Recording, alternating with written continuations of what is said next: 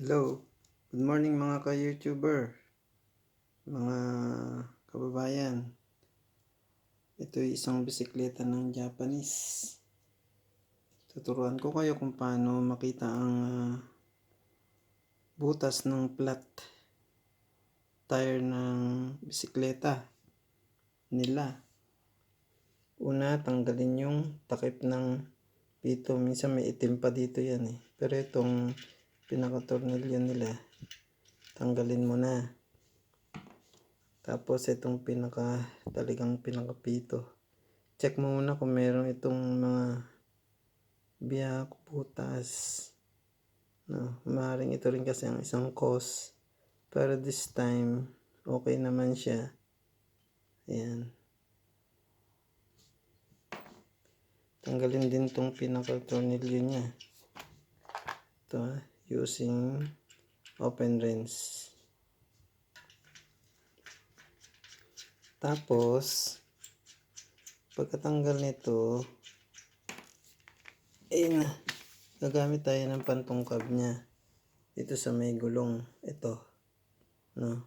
Isushoot mong ganyan yan. Tapos, ilalak mo siya dito. Yan. Ngayon, yung susunod naman, ganun din. Hanggang sa paikot yan. Hanggang sa unti-unting lumuwag. Ilipat mo ulit ito pag maluwag na yan. Ito naman. Ayan. Okay na. Basta paikot yan, ano. Tapos, since maluwag na lahat, tanggalin na natin itong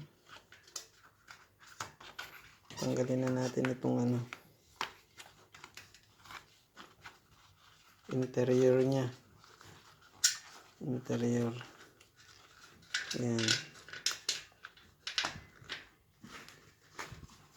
Ayan o. Hindi nyo na kailangan baklasin. Ito lang ang tataanin natin. Check natin itong na may pito na to. Ayan. Tapos, may tagpi na. May dati na palang sira to. Kasi balik mo ulit yung pito. Ito, tsaka yung lock niya. Ayan. Ayan. Tapos, pag maigpit na, bombahan ulit natin ito ng foot pump. Ayan. Natin itong ating foot pump. Ayan. Foot pump na. Ayan. Lagyan ulit natin siya ng hangin. Ayan.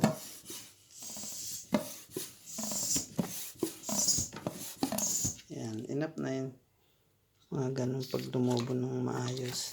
So ngayon wala tayong naririnig na pagka singaw. No, wala. Ayan. No. Ngayon pa natin makikita yung butas nito. Ito, mag-mix ka ng tubig na merong shampoo. Ganyan pabulain mo. Ayan, may shampoo yan. Shampoo para hindi masakit sa kamay. Ibang sabon kasi masakit eh. So ayan, tingnan natin kung saan siya bubula.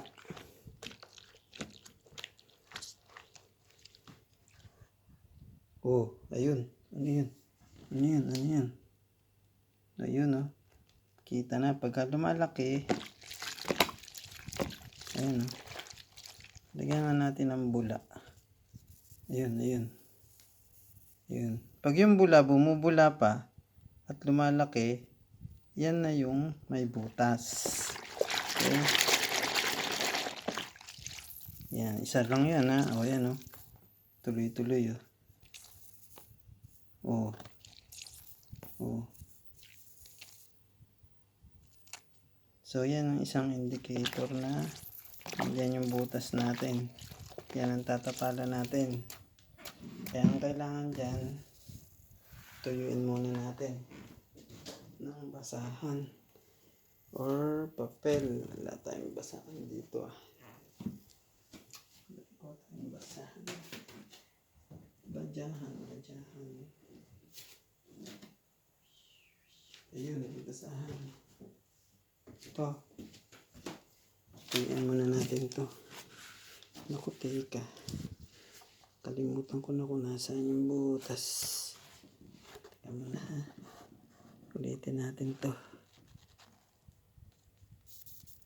Ayun. Ayun siya. Yan.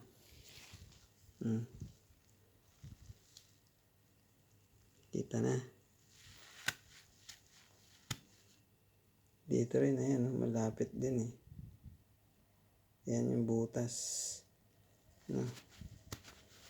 Ngayon, tatapala natin yan. Gamit ang kanilang instant tapal. Instant vulcanize. Pero kailangan tuyo yan. Pwede natin tanggalin muna yung hangin nito. Para ma-save natin yung yung butas. Yan.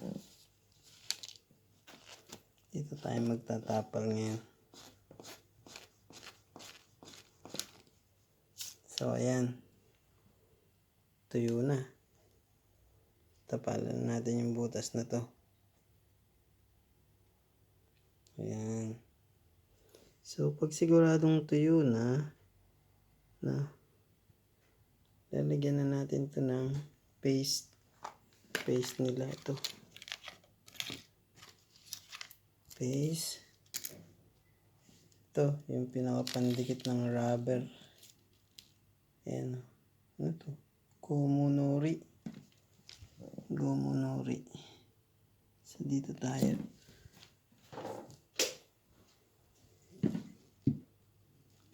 Ayan.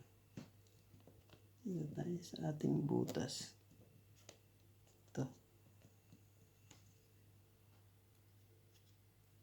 Buksan natin itong Ayun, yun. Ayan, oo. Okay. Nandiyan na yung pandikit natin. Kaya mo lang matuyo ng kaunti sa hangin.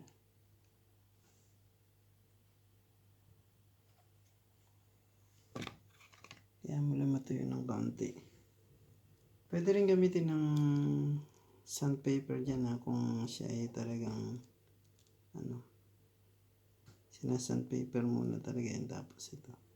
Pero sa case na yan, kitang-kita naman natin tsaka wrap naman siya. Yan, pwede na siya.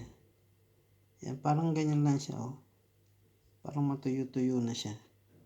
Ngayon ito yung pinaka-instant pantapal nila.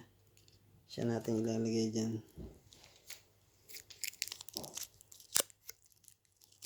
Siya. Teka muna, mahirap tong aking isang kamay.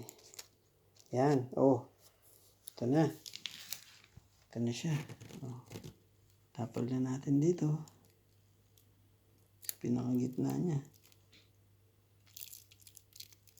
Dikit naman agad. Yan. Pwedeng ganyan lang din yan.